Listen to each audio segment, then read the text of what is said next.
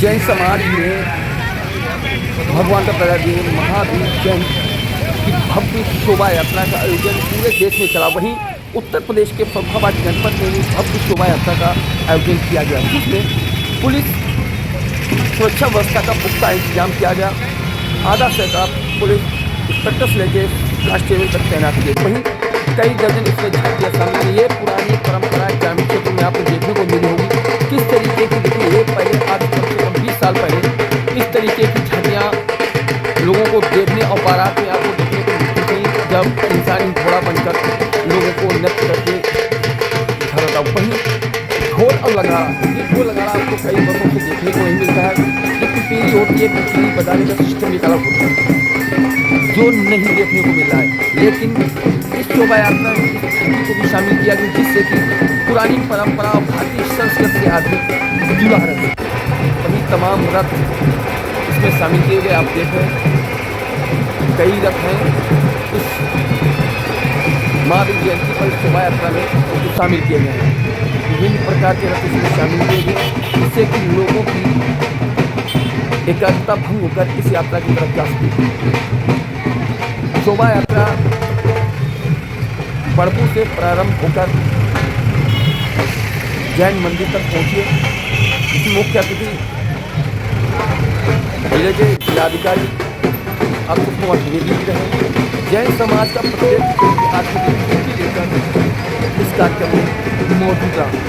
वहीं महिलाओं को अगर देखा जाए तो सबसे अधिक प्रतिवाद महिलाओं ने किया है, जहां पर उन्होंने 2 हाथ में लकड़ी लेकर भगवान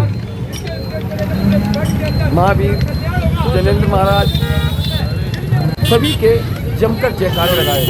आप देख रहे हैं महिलाओं के अंदर क्या उत्साह है, वो आपको सामने देखने को दिखाई दे रहा है और मिल भी रहा है। आप इस तरीके के कार्यक्रम में लोगों के अंदर एक उत्साह, भक्ति भाव रहता है। जैन समाज की मानता है अगर भला किसी का करना सको तो बुरा किसी का मत करना। ये जैन समाज की गुरु से लेकर एक पुरानी परंपरा चली आ रही है, और ना ही किसी की बेईमानी करना।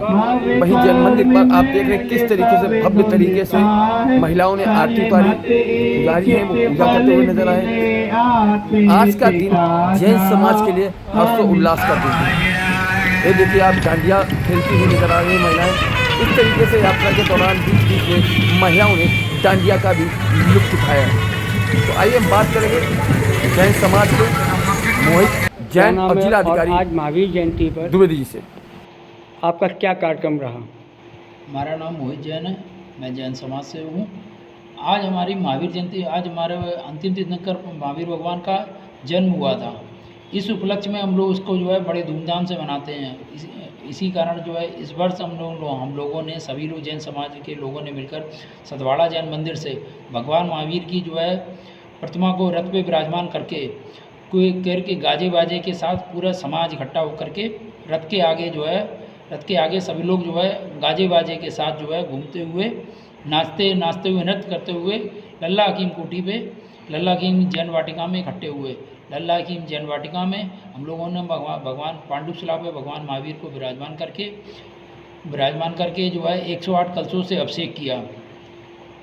अब 108 से अभिषेक किया और पूजन पाठ किया। और वहाँ पे लल्ला हकीम बगिया में जो है हमारे डीएम साहब की उपस्थिति हुई और उन्होंने हमारे समाज को जो है बहुत अच्छे सत्य और अहिंसा के ऊपर समझाया कि हम लोग सत्य कैसे भगवान महावीर के नियमों का पालन करें।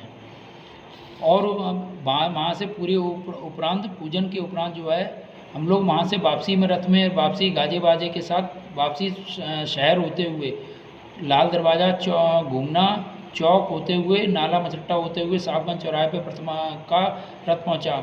और सभी रास्ते में जो है सभी लोगों ने फूल मालाओं के साथ जो है रथ का भगवान का बहुत बहुत स्वागत किया, पुष्प वर्षा करी और प्रसाद वितरण किया। और मंदिर में आकर के हम लोगों ने जो है भगवान का अभिषेक करने के बाद प्रतिमा को स्थापन किया, पूजा पाठ किया और पासना दिगंबर जैन मंदिर में सब लोगों ने इकट्ठे होकर के सामूहिक आरती करी।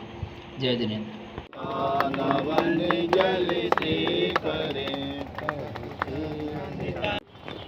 धर्मादरणीय जैन समाज के अध्यक्ष जी विभिन्न पदाधिकारीगण, डॉक्टर विक्रांत जी, गुंजा जी, जो पुजारीगण और सभी उपस्थित माता बहनें, धर्म, अभी हम लोग बात कर रहे थे कि धर्म क्या है।